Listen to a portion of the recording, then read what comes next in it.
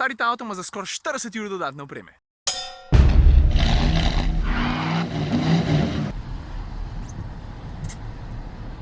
Dobar dan. Well, hey, beautiful. Da razložim, kaj se v tem trenutku dogaja. Vozim se po deževni Ljubljani, pravzaprav vozim se po deževni Sloveniji, dež pada v Mariboru, dež pada v Celju, dež pada v Ljubljani. Jaz moram pa na vsak način posneti sladko kisle s telim BMW X5. Komotar, oddaš pa ti X5? A veš, zadnjič, ko smo se vrnili z ringa, sem oddal Forda, prevzel BMW. Tako da se v bistvu jaz s tem avtom družim že dobrih 5 dni, kar pomeni, da sem ga dobro spoznal in to pomeni, da lahko odpulam ene sladko kisle. Lej ga rešilca zadnji, vidiš? Te modeli so cari, največji. Čakaj! Ne bo se videli. Zdaj boste videli na avto, ki ga v bistvu že dobro poznate. 3, 4, zdaj. Majhen Ferrari. Ok, preden prešatamo na sladko kisle, ki smo že glih vozili sporedno z rešilcem, ne? Zakaj se meni ti fantje pa punce zdijo heroji? Zato, ker na dnevni bazi biti non-stop pod eno tako razmeroma neugodno količino stresa, ko v bistvu življenje lahko visi na nitki, pa si ti odgovoren zanj. Ni tvoje, ni od nekoga, ga poznaš, ampak od popolnega tujca. In da ti prevzameš takšno odgovornost nase, mislim, vsi ljudje, ki so tako ali drugače povezani z reševanjem življenj, ali so to reševalci, ali so to gorski reševalci, thumbs up. In to je to, kar sem mu zapovedal.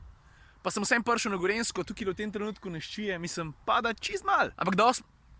Stari, ugriznil sem se. Ampak dost mal, da lahko poslavam sladko kisle. V glavnem, tukaj imamo BMW X5, pa zadnji vidiš, ni nobene oznake. Je pa oznaka tukaj na boku, to se pravi X-Drive 2.5 diesel. To je v bistvu ta najmanjši motorček, ki ga v tem avtu lahko dobiš. Pa dajmo tukaj kar začeti, zato ker to je ta prva ta sladka. Le zdaj to.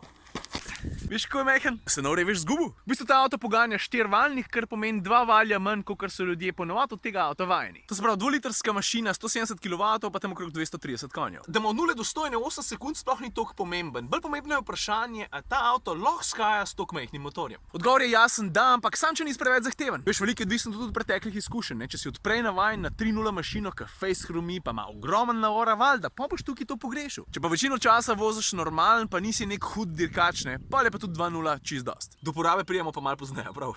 Druga sladka je pa oprema, mislim, ta je dobesedno sladka kisla, ne? Ker sem se bomo vrnili tudi pri kislih pa pri ceni. Veš, med drugim ima tale X5 4 dost izrazite pakete opreme, ne? En je paket opreme M, zaradi česa ta avto zgleda bolj športen, pa tudi feeling je bolj športen. Drugi je Driver Assistance paket, ta stane 2.600, ta tretji je Advantage paket, pa paket inovacije, to je pa ta četrt. Tale paket inovacije recimo stane slabih 5 jurjev, ne? Noter pa pade head-up projektor, ki stane jurja 687, stari kar orang cena, pa prilagodljivi LED žarometi za Helio 700, pa Driving Assistant Plus za Jurje 800, pa aktivni asistent za uravnavanje. Takole pa recimo zgleda Driver Assistance paket. Stisnem pauzo, pa poglej. Zdaj pri teh paketih opreme je vse skupaj zelo sketchy. Valjda, tudi če si kupaš X5 brez njih, se boš odličen peljal, ker avto je že v izhodišču zelo dober. In po eni strani čisto razumem tudi ljudi, ki pravijo, stari, vse te tehnologije jaz preprosto ne nucam. Pa imaš pa recimo še drugo plat, ne? Lastnike takih avtomobilov, ki z opremo dobesedno napolnijo avto do roba, pa pravijo, da brez tega oni ne bi mogli več voziti. Pa tukaj pri tej opremi bi rad izpostavil še sistem nočnega vida, ne? Dost pomemben varnostni element, sploh če živiš nekje na podeželju, pa se veliko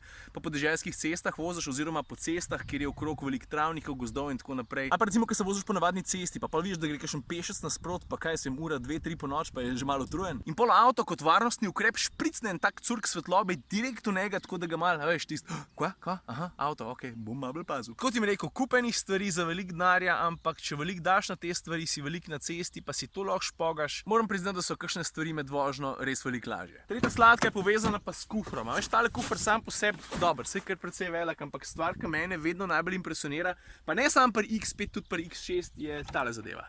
To, kar vidiš tukaj, je pravzaprav dvojno dno. Ta avto namreč nima rezervne pnevmatike, zato je ta luknja tukaj preprosto ogromna. In zdaj smo bili z mojo familijo par dni na takem zasluženem oddihu. In ko smo se kaj peljali, se je tukaj noter peljala Ava, pa moram reči, da je ful uživala, kljub temu, da je bil pokrov dol. Zebavam se, sam čekiram, če še poslušaš. V resnici sem gizmota tukaj not peljal. Malo se zebavam, ne hotel sem v bistvu povedati to, da sem tukaj noter spravil kupenih reči, ki bi mi drugače totalno gužvo delale v kabini, tako da tam zap. Četrta sladka je pa dosti kratka. Všeč mi je recimo to, da BMW dosti hitro reagira, ko vpelje kakšno novo tehnologijo ali pa kakšno novost v kakšne druge modele. V tem primeru velja, da je BMW petica prvi BMW z zaslonom občutljivim na dotik. No, zdaj ga ima pa tudi že ta avto. Veš, kako je to fajn? Ok, 3 kisle, preden gremo na zadnjo sladko. Stari ta avto ima za skoraj 40 ur dodatne opreme. To je tako za enega švoh opremljenega X3. Veš, to so taki podatki, ki mi tudi po več kot 10 letih testiranja avtomobilov še vedno pridejo do živega. Pa se ne pravim, da je to slabo, ne? Vedno je fajn, da ti avtomobilska znamka da možnost, da ti svoj avto napakiraš s čimer hočeš. Ampak sliši se pa vse malo kislo, a ne da. Druga kisla je povezana z motorjem, za katerega sem sicer prej rekel, da je čist dosti zmogljiv in to še vedno drži. Ampak pišuka zvoka pa benga. Tretja kisla pa le tako, da bom rekel, ne. BMW pravi, da je povprečna poraba tega avta 5,6 litra na 100 km. Kaj misliš? A mi že to možen? Voda, da je, poklan sem navzdol. Meni je avto v najboljšem primeru, tako da sem pač vozil normalno, brez divjanja, pokuril 8,6, 8,7, poraba se je pa na koncu stalila pri 9,0. Pa mim grede, včeraj me Ava prosati, je lahko eno nalepko na avto, dan pa sem rekel, dej ne. Lej, kam je prpopala. In to ful naravnost. Peta sladka so pa, jaz vem, da se že ponavljam, ker stara lajna, ampak vozne lastnosti. Jaz ne moram reči, da je ta vozniška izkušnja popolna, ne. Jaz bi si mogoče želel še pikico več udobja. Zdaj se vozim iz Medvod proti Kranju in ne vem, če se sliši. Skozi malo trese, malo prečvrsto je, zato ker je med drugim ta avto opremljen tudi z en podvozjem in zato se vse skupaj malo bolj čuti. Ampak nasplošno pa velja, pa ne samo za X5, tudi za njegove neposredne tekmice, da ko se ti usedeš v avto, ne rabiš, ampak res ne prepeljati več, kot pa sem 100, 200 metrov, da vidiš, da je tukaj vse skupaj na enem drugem nivoju. Holy cow, Conley was great. He was unstoppable. Zdaj pa, preden grem domov, skočim še na Dolenjsko. Da se sprašujem, v kjermo avto se jaz pa Jure peleta, ajde, da vidim, če ugotovite. A namiga pa noč? Nobenega namiga, po sedežih mogoče. Namig je, čakaj. Ločilo v imenu. Ločilo v imenu. Iščeva malo USB zdaj, zato ker bi rad malo telefon filil. Po vseh svojih izkušnjah, ki jih imaš s testnimi avtomobili, vseh dimenzij, vseh znamk, vseh motornih performans, kabinskih performans, infotainment sistemu, jaz mislim, da boš najdel USB priključek. Stari, ta avto nima USB, reč ti kar češ. Pa se greva toplo Lega, hladno. AUX ima. Kako boš se šel toplo hladno, če ne veš, kje je? Kaj pa ta konzolca? A se skriva v konzolci? Zakaj bi avto, ki ima konzolo za pametni telefon, ne imel USB priključka? O tele govori. Evo ga! Tukaj noter zadnji. Zelo je res kar kroža govorice, Kaj? da si se downsizal. Moj drosten zob so mi izruval prejšnji teden. To dan pa pol preden sem šel na Nürburgring. Veste, on je tukaj spiljen šofer, ne? Da pri njemu se vsak gram pozna. Preden grem na ring, si izruvam zobe, zato sem lažje došlo hitreje. Daj ti meni zdaj povej, kje se vozva. No, to je pa tak vozniški Disneyland na jug države. V dobrih starih časih se je tej cesti reklo partizanska magistrala. Drugače pa kraljestvo medvedov, Košutk, lepih ovinkov, pa dobrih voznikov. Evo mene doma, kar se tiče današnjega vloga, je to. Itak je bil že predolg. Pa avto še nisem povedal, ne? Kjer je? Up!